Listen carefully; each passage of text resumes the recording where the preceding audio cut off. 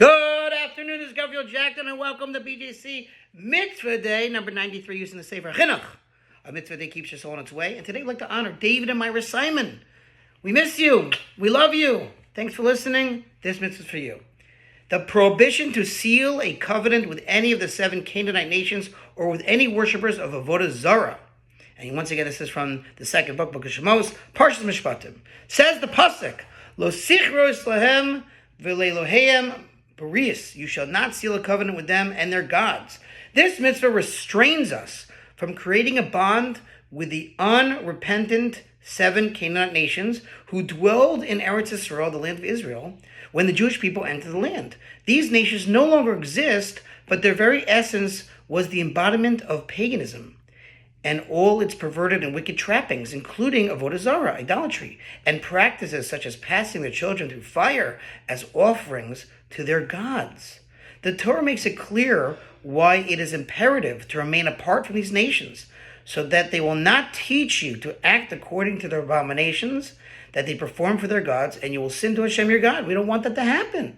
Stay away from bad influences. Harchek mishach and ra. Distance yourself from a bad neighbor. We are commanded not to seal a covenant. That is to say, we are not to make a pledge of our friendship with the wicked heathen people who composed the 7 Canaanite nations that are listed in the Torah, who were in possession of our promised land before we arrived there.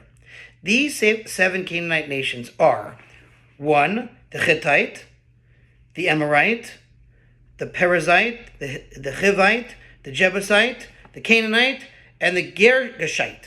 Okay? Got that? I'm going to test you next time. Entering into a covenant with them is forbidden, as it is stated. Like, imagine making a covenant with Hamas. You're like, excuse me, we don't do that. Lo sichros lahem ve'loheim baris. You shall not seal a covenant with them and their gods. That is to say, we are not to make peace with them while leaving them to worship Avodah Zarah, idols.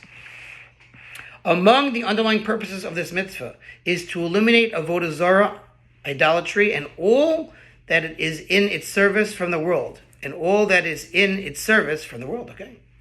These 7 nations were the very essence of Avodah Zarah and its most primary foundation. They were therefore punished by God by being uprooted from their land. And we were further commanded to root out and destroy their very memory forever unless they would agree to abandon their idolatrous practices. If they did that, then that's fine. But if they don't, you got to get rid of them. As is written regarding them in the Torah, you shall utterly destroy them. This requirement is a mitzvah obligation in its own right, recorded in Parshas Va'eschanan. That's going to be mitzvah number 425. We've got a while before that. I will expand upon the mitzvah at length there with Hashem's help. That's the author, the Chinuch speaking.